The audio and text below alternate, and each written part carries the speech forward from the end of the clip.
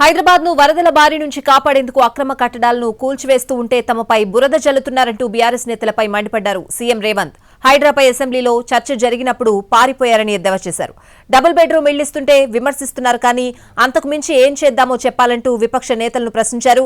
అక్రమంగా నిర్మించిన ఫామ్ హౌస్లను కూల్చాలా వద్దా అని బీఆర్ఎస్ నేతల్ని ప్రశ్నించారు సీఎం రేవంత్. కొనుగోలుపై ఖచ్చితమైన స్పాట్ గిఫ్ట్. ఈ ఆఫర్ అక్టోబర్ 1 నుండి 11 వరకు మాత్రమే. మాంగళ్య shopping mall, Telangana.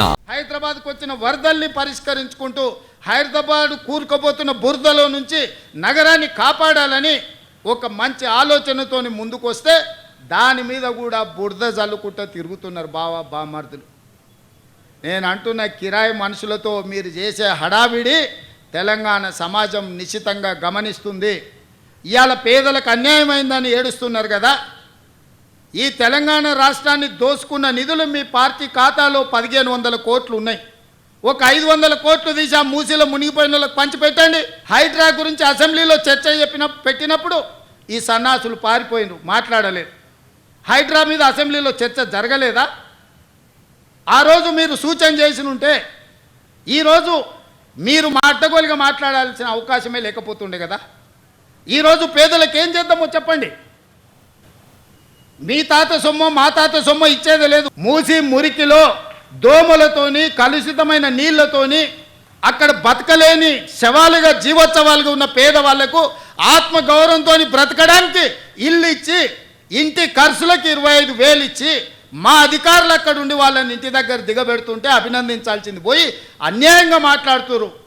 Double bedroom ఇల్లు కంటే ప్రత్యామ్నాయం ఏముందో చెప్పండి. మూసి పేదలకు ఏం చేద్దామో చెప్పండి.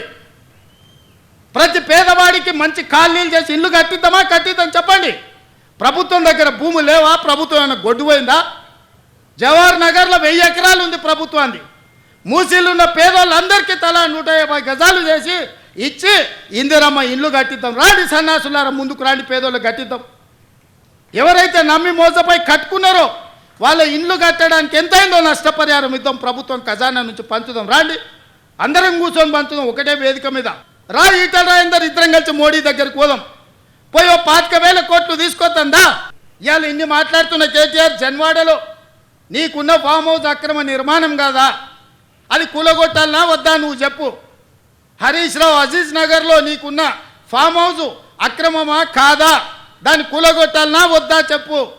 సబితమ్మ, నీ 3 కొడుకుల పేర్ల మీద 3 ఫామ్ హౌసులు కట్టినావు కదా, నీకున్న ఫామ్ హౌసులు కూడా లెక్కలు ఉన్నాయి. కూలగొట్టాలనా లేదా సబితమ్మ, నువ్వు సలహా చెప్పు. మీకు వెనకంగా ఉన్న కేవీపీ రామచంద్రరావులై కూలగొట్టాలనా వద్దా చెప్పు.